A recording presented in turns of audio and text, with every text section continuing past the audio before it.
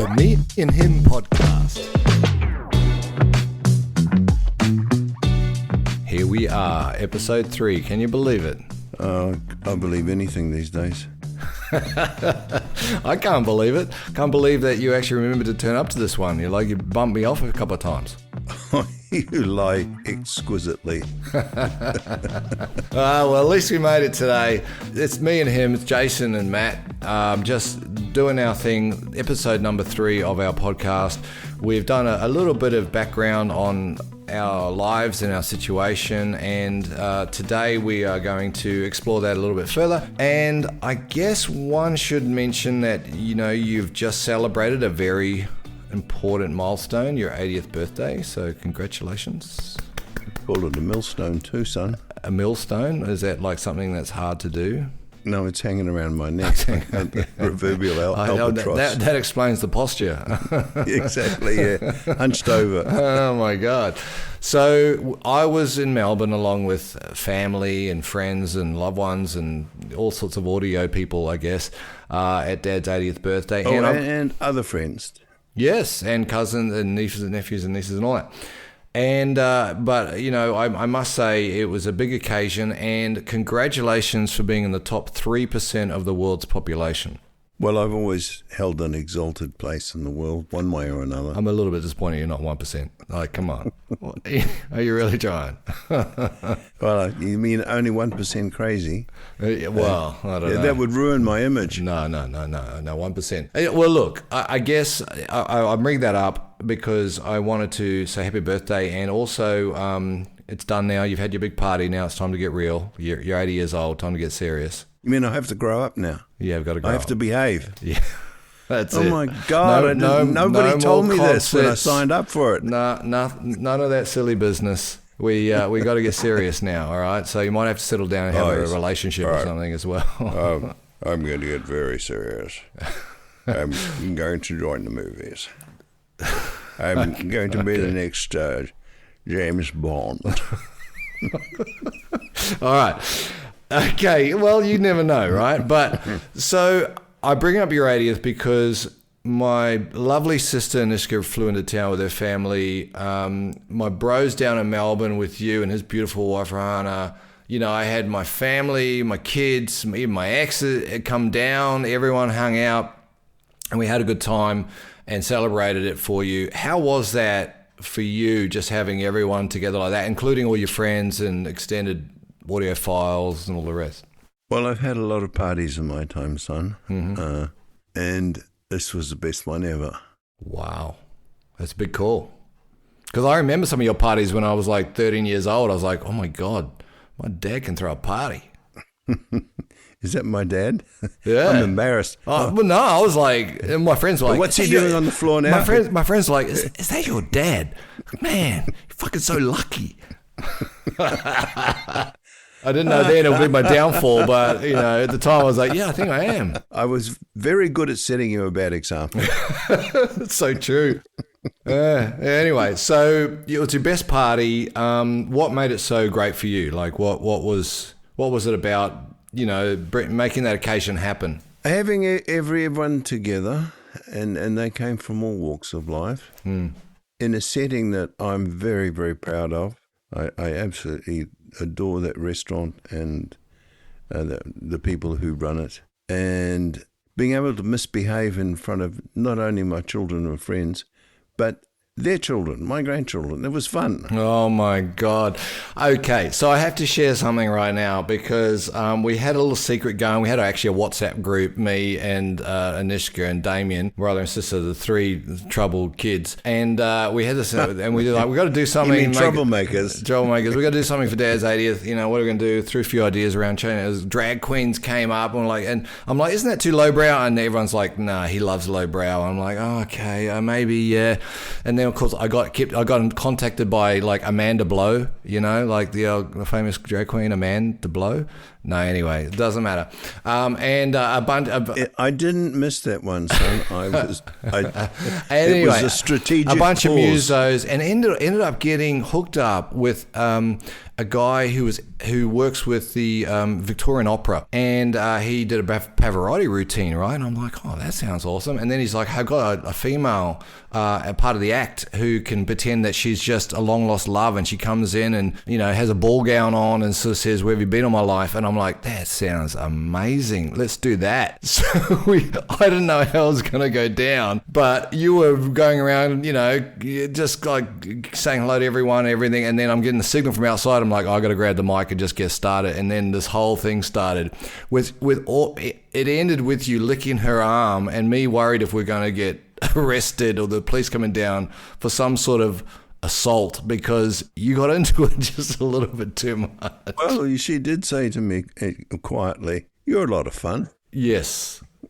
Well, she sung her heart out. She cuddled you. And look, the show was fantastic and everyone had smiles on their faces. So I'm sorry to put you on the spot like that.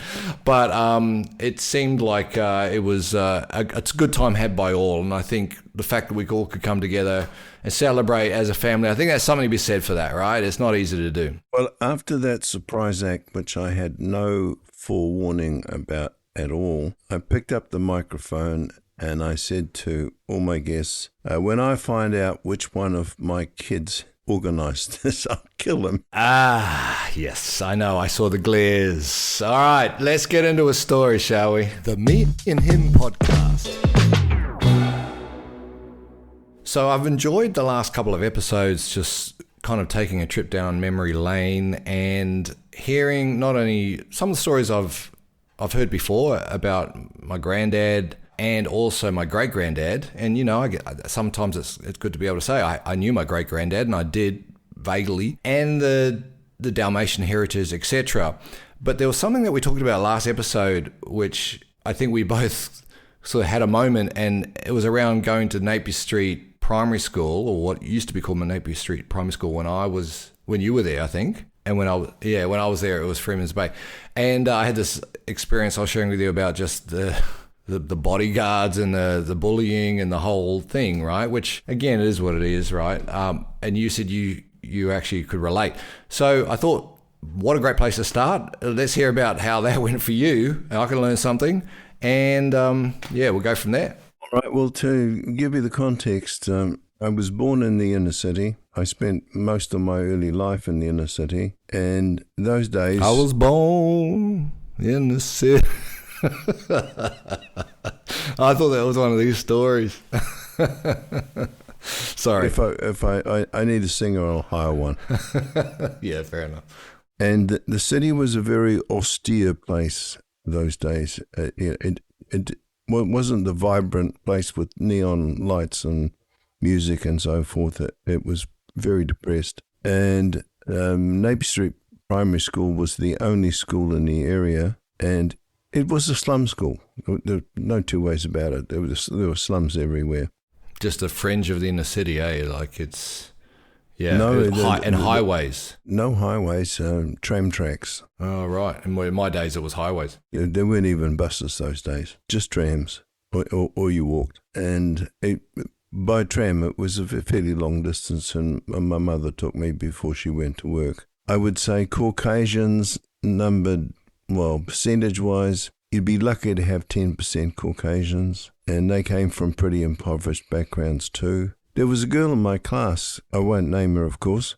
She was about 10 or 11 years old, and her sisters were hooking down on the wharves, and she joined her sisters. That's how bad it was. Sorry, 10 or 11 years old and hooking down the wharves, do you say? Yes.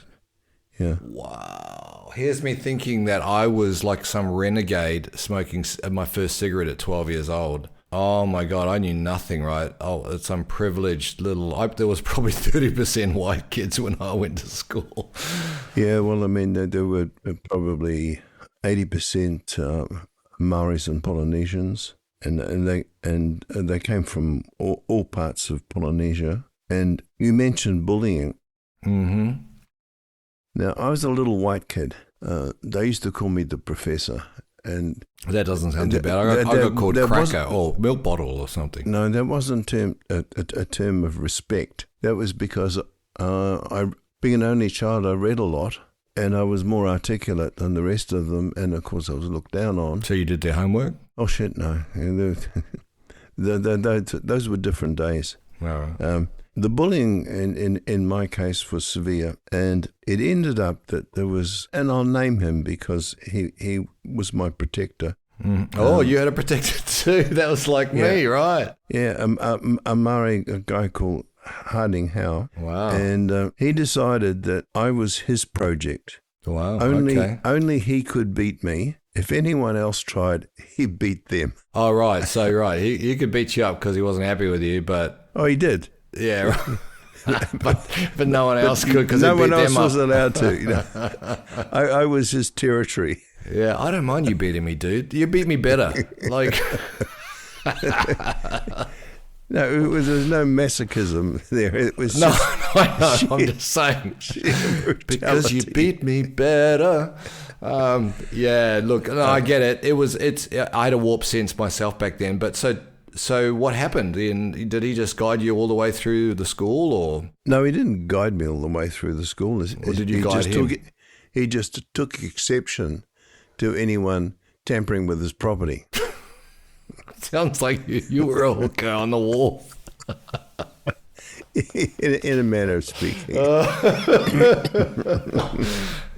right. No, look, so that's... let me tell you another story. Tell me another story. But can I just say that is exactly the same situation as happened with me and Lungy, right? So Lungy was my protector at school. He was my kind of... Like, he didn't... maybe he bet me up. I can't even remember. But the fact that you had that is hilarious. And it shows you that no matter what they tried back there at Napier Street High School, it didn't work because a generation later, we're still getting pummeled, you know? There was a guy in our class, I've forgotten his name now. He was quite tall, but he was obviously retarded in some way. And he took exception to whatever the teacher was doing. And those were the days where we all had little inkwells, and we worked with pens. I'm serious. I hope you had feather, quills or something? No. Imagine with the long, like, wig and everything and the feather quill. I'm like, oh my God, that was a long time ago. That would have been aristocratic by comparison. Oh, that's right. You were too poor for that wig. Okay, gotcha. Anyway, sorry. I think his first name was Alan. And for some reason, he got enraged about what the lady who was our teacher had said to him. So she turned around to write on the chalk blackboard, and everything was written in chalk on a blackboard. And he picked up this pen and he threw it at her. And I'll never forget, went past her head and went doing into the blackboard. Into the blackboard, all right. It actually... He threw it from the back of the class, and it stuck in the blackboard. It actually stuck in it. Oh yeah, like a knife. That was the force. Oh my God, that's he's using the force. Did she rip the shit out of him? Oh yeah. No, I did. I surely he got the cane back in those days. Yeah. I mean, wow. In the 70s. I went back to the school because the ladies in admin were still there. They were much older, of course, at that stage. And I had a chat to them, and I told them that I was in university and I was doing a degree, etc. The fuck you? No, they were nice ladies. Oh, okay. And they said to me, we know a lot about the school and the school records and the school history, and hundreds of kids have passed through, or maybe thousands. She said, we think to the best of our knowledge, you're the only one who's been to university. Oh my God, that means I was the second. No, you weren't. But wow, at that 2 generations of legends. Oh, for heaven's sakes. Rising above them all. And then getting accepted to Harvard. Oh my God, I couldn't believe it. Oh, yeah, no, go on. You're talking about someone else now. Yeah, look, your aspirations aren't that high at Napier Street High School.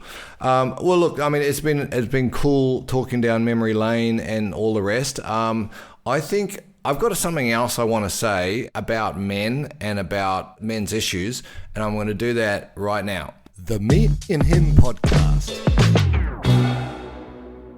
Yeah, so I was talking to a colleague at work just today, and I told her about the podcast, Dad, and she said, "Hey, I've read this article recently about platonic touching," and I'm like, "I'm sorry, excuse me, do you know what my podcast is all about?" And she's always talking about men's issues, right? And I'm like, yeah. She goes, "No, it's about men and the importance of still being able to feel touch and to feel, I guess, loved to that, and also the opposite of that, which is that men are often demonized because they're touchy, and they're seen as this predator, and it's like, I can't touch. So where's the line, and can I cuddle someone? Am I in trouble now? Like, how does that work, right? So anyway, she brought the subject up, and I thought, what a good opportunity. We're going to chat tonight. I thought I'd ask you about it. So what do you feel about platonic touch for males and the role it plays maybe for men? I don't know. With son, it sounds like a whole lot of modern garbage. Okay. I thought, okay, right. And because, first of all, it's you not can touch defined. Yourself platonically, or what is it? No. Are we talking about touch between male and female? Anyone. Are we talking about Kids, touch between male men, and male? Female, whatever. Touch generally, man. Like, it's so important. It's too wide a subject because naturally when you have small children, like babies, you want to cuddle them and hold them and well, some people comfort them and so forth. Well, I consider that to be natural. Mm-hmm. And most communities in the world, regardless of race, culture, religion, would feel the same. It's part of the nurturing. Obviously, in the stereotypical environment, the man goes out to work hard and the woman spends more time around the home and the children, and she touches them obviously more frequently because they need that contact. And the man's got his woman, maybe he cuddles the kids, kiss good night, then the woman gives the cuddle, he maybe gets some, maybe he doesn't. So is that it? Is that it for the touch? Yeah, but I mean, this is why I think that this platonic touch is... By the way, this article is a couple of years old, so I'm not talking about latest news here. It was just interesting conversation. Oh, yeah, I know, but I don't care. I mean, there's so much crap circulating in society. Now. It has to be dealt with. I found, if we talk about touch between men... Well, yeah, both, I guess, because male or female feels like it's sexualized, right? So what is the touch between men? Do you have to be on a sporting field? Like, would you just hug your bro? Like, no, well, first of all, in every culture, there's a greeting standard format. Yeah. And the standard greeting format between men is you shake each other's hand. Well, no, you cut bro shake and then you touch shoulders or something, I think now. No, if you're close, if you're family, father and son will give each other a hug. Yeah, the heart-to-heart sort of thing, Yeah. Now, if you're mates, touch normally comes, and I can only speak for the Antipodean environment, I can't speak for any other. Touch normally comes down to a playful little, with your fist, but it's gentle, bang on the shoulder or with your hand. Slap on the back, on the shoulder. It's a contact. It's something semi-violent, robust. but not too violent. No. There are some cultures in which it is more forceful than that. Right. But men have this, as I see it, inbuilt inhibition to be physically close to each other, unless it's in sport or some structured environment. And that structured environment could even be in a religious service. Men have to be given permission to get, men who are not part of the same family have to be given permission to touch more closely. Yeah. So can I just throw my spin on this then? And that is that there's a lot of lonely men out there. They talk about these lone wolves, and they talk about these, and the feeling of being alone. Guys like to be mothered and all the rest of it, and they've got the girlfriends who do some of those things and make them feel special and all the rest of it. And at the core of it, often it is just about loneliness, I think, for a lot of men. And so for a lot of guys, they need to be touched, right? They want to be cuddled, they want to feel special, what have you.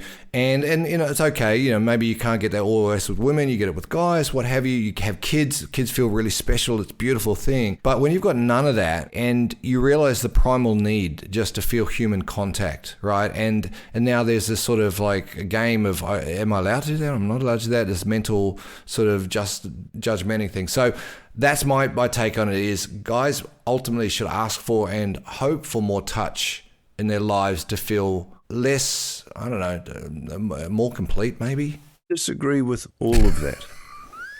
Categorically. Oh, no, not again. Yeah, no, every human being needs contact. Well, okay, well, I'm just talking from a guy's perspective, that's all. Yeah, no, I'm talking about from a guy's perspective. I happen to be one of them. Between male friends, there's normally some playful pushing and shoving. It's something which reflects what happens in the sporting environment, where there's a structure which says you've got to tackle, for example, in rugby or rugby league, the other guy. But in my experience in the Antipodean world, men who really like each other tend to, with restraint these days, when they meet each other, abuse each other. And it's not common elsewhere. And people from other parts of the globe who see Antipodean men in action saying, "You dirty, rotten, filthy so-and-so, God, I never want to speak to you again," think it's a precursor to a violent argument. It isn't. It's just a form of saying, "I love you," believe it or not. And we can't say that because we say it, we're meant to say it to our female. Unless we're drunk. Our partners. I love you, bro. Yeah, I can't say female anymore. I just have to say partners. Yeah, no, you have to say non-binary partners just so you don't attach them to any particular genre. Me and my non-binary partner. No, are you married? No, I'm just with my Anyway, before we change subjects. That's not only a minefield. It's a. We're going to blow up. We're going to blow up before we've even started. The Me&Him podcast. Well, that's enough about you. Let's talk about me, shall we? Oh, you egotist. Well, just got to be upfront nowadays, right? No, look, I wanted to kind of go back to that same, to be honest, the same school, like Napier Street Primary and Freeman's Bay Primary or whatever it was called in the days that I was there. But I've got a lot of really amazing memories of that area. Even though, I got into a bunch of mischief, I was lucky enough to have quite a big sort of range, I guess, as a kid. Single mum, busy working, whatever. I was able to roam, and I had a BMX. I could get into the city. I could get all sorts of places, right? And, down around the school area, they'd have a pool there. It was all fenced off. We'd jump the fence, and we'd go for swims on nice warm days and things like that. But some of the probably the strongest memories I have as a younger boy was when I would just take off needing to expel some energy on my BMX. Let's say that was my mode of choice at the time, and I would go just down to the school and I'd start practicing wheelies and eventually, would do all these different jumps and got kids involved, and I'd be jumping over like a bunch of people lying on the ground and all sorts of stuff. So that was, a lot of kids my age, childhoods, I guess, kind of their first love was their BMX maybe.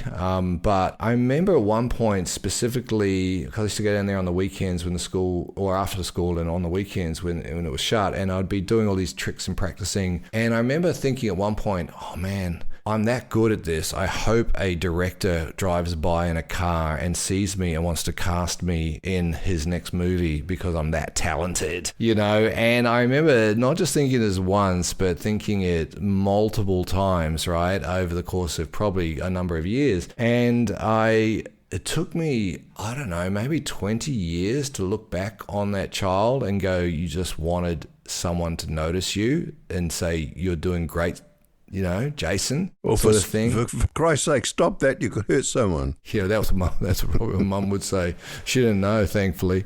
But it's funny, and then when I had kids, all I wanted to do was praise them for how great they were, because I knew how important that was to a child, So anyway, that's my memory of that school, right, in terms of there were some really nice moments and there were some really lonely moments down there as well. And that's the journey of I guess a kid, a boy, a young man coming up without necessarily a stable home life, but doing the best like most of us do, right? Like I didn't have it bad compared to some people, but certainly what happened affects me to this day, right? Okay, there are several things here, and I'll try and address them correctly. First, young males in particular, and here I'm not saying it doesn't apply to young females, for heaven's sake. This is a chat about males, not females. What about non-binary? Or whatever. I don't care what planet they come from. Have a surfeit of energy which has to be discharged one way or another. And so what you're talking about, son, is very typical of that. Now, you brought this to my attention, I don't know, a few years ago, and I felt so horribly guilty. Well, I didn't say it to feel guilty, to make you feel guilty. No. You did not. You were just recounting how you felt at a point in your life. You're reconciling. And I wasn't there, and you felt the absence of a father figure, which was correct because I wasn't there. But didn't understand that for years to come. I know, and I felt like shit when I heard it. I really did. I guess when it all comes down to it, what I'm saying is, whilst I recognize that my yearning for attention was because of my absent father, it was actually a relief to realize that, because I'm like, oh man, that explains why I'm feeling all this anxiety. You know, like, oh man, it sort of enables a little bit of closure, right? And so seeing that early or on, I'm talking late 20s maybe, early 30s at the latest, I was like, oh, at least I understood that bit of my life. I'm cool. And I could start rebuilding the bits that were lost, not wondering what was hampering me, you know, like driving with the handbrake on. So, you know, it was not all bad, I guess I'm saying, Dad, but I know it has a different impact on you when I've brought it up in the past. Yes, son, because I realized that's a very, very natural way of wanting things to be. And I felt, even though you weren't dropping anything on me at all, I felt a terrible sense of guilt at my absence, even though I couldn't have been there mechanically because, you know, I lived in a different part of the town, etc. There's this need for recognition, and for every child, there's a different nurturing component which comes from the mother and the father. We all tend to focus on the nurturing of the mother, and it's very, very important. I respect it so much. But there is an element of contribution from the father, although he may not be there all the time because he's working, you know, to help. Well, stereotypically in the old days, and I'm more of the old days than the new days than you are, working to provide for the family. Every child needs to feel safe in the protection or the nurturing which comes from either side of the family, you know, the mother and the father structure. Yeah, no, and I agree with that, and I appreciate the sort of, you know, you kind of laid down the bigger picture here, but I guess one of the questions I've got to ask as a young male being brought up by a single mum, who did an amazing job, by the way, I'm not taking anything away from her, is can I feel as safe, you know, because in my world, I had to be the protector of my mum. Yeah. You know, that unfortunately was cast upon you by circumstances. But I think it's natural. I think it's a natural dynamic shift that happens in any group dynamic, family dynamic, other. The oldest or the most mature, whatever it might be, sits into that role of whatever's missing in that dynamic. And to be honest, you know, it affords you some new skills, but it also leaves with you a feeling of a bit of imposter syndrome too, you know, like, oh, I'm not actually a man, so I don't know if I can handle this, you know. But anyway. It's a forced learning curve, and it's unjust in many ways, but it's a circumstance of the schism between the father and the mother, which was so bad, and this happens far too often these days, that they have to split in order not to harm each other. And it's better for the children to have as the primary nurture the mother, than the father, although there are exceptional circumstances to every situation. All right, so this is everyone's favourite segment, my favourite segment, and the world is just probably waiting with bated breath to hear the segment. Oh, yeah. Emails from Dad. Emails from Dad. Now, without trying to sort of play it up too much, I saw a recent email from you, and I don't read all of them because you send a lot of them. You're retired now. Oh, thank you. So, and if they're longer than like 3 sentences, I'm like, I'll maybe flag it, maybe not. But anyways, you had sent one recently. You often send them quite late at night around after your latest concert visits. And you'd said that you were going to a Chris Isaak concert at the Palais. And I must admit, you got my interest on that one because I used to listen to Chris Isaak back in the day, Blue Hotel and all the rest of it, and I actually had this ghetto blaster which had a CD player which you could align with your alarm clock to wake you up with the track you wanted to listen to. This is before Spotify and all the fancy things on iPhones. I am impressed with that. It would play the first track on the CD. It would automatically kick in at whatever 7 o'clock in the morning, 8 o'clock in the morning, and play this. And the first tunes I hear would da-na, da-na-na-na, da-na-na. I didn't realize. And I'd be like, and I'd be opening my eyes going, the world was on fire. Oh man, he was the coolest way to wake up. So anyways, how was the concert? The concert was fabulous. And what was outstanding was his bravery. Oh yeah? Most artists save their huge hit to the end of the concert or the chorus part so that everything ends on a high. He had the bravery to... Oh, Wicked Game, that's right, yeah. 1/3 of the way into the concert, well before halfway. Mm-hmm. Which is what people really want to hear because what a great song. Everybody leaves the big ones to the end. And he delivered the big one so early on. I thought, well, everything else is a bonus now, right? No, he shot himself in the foot. Oh no, really? That was what I thought when I heard. I mean, we loved it. You thought that after that it was going to go downhill. Yeah, exactly. I mean, it was brilliant. I'm not taking anything away from Chris Isaak. And yet, without that huge hit, which he shot off very early, the rest of the concert just built and built and built. Oh, wow. And I couldn't believe. I just read here, he said he did a rousing, stomping version of Roy Orbison's Pretty Woman. Oh, yeah, I can imagine that. Oh, yeah. I mean, he went from strength to strength, not necessarily singing his own songs. And it turned out to be a fabulous concert, and it ended on a high.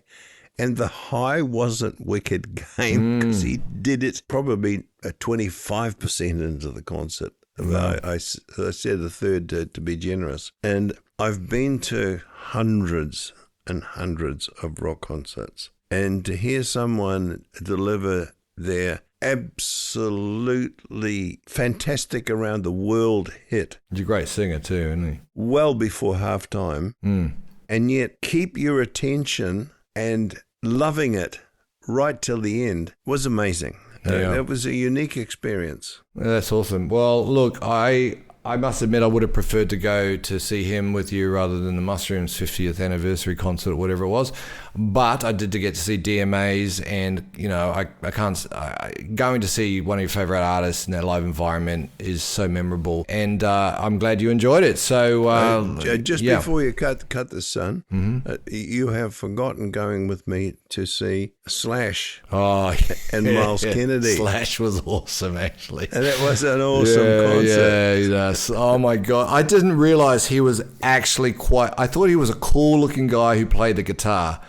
I didn't realize that he could play it like a virtuoso, like Liberace plays the piano. Like I was like, you can do that with a guitar? Oh my God. And he was as cool. He was even cooler. Like his head should have blown off. He was that cool. Like, yeah, that was a good concert. I got to give you credit for that one. The Me and Him podcast. All right, so there we go. Episode 3 in the bag. What do you reckon, Dad? Wow, it's so exciting. How could we possibly, do anything better? Well, let's try episode 4. Let's see what we can do there, I guess. That's our next opportunity. Well, I mean, life has its ups and downs, so let's give it a go.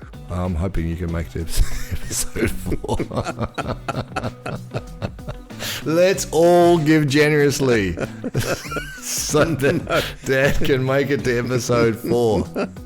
No, this is not a funding exercise. It's meant to be a fun exercise. I've been told to monetize here. No. I guess we're early on. So, all right. Well, we'll see what happens then. Okay. Bye for now. Bye. The Me and Him podcast.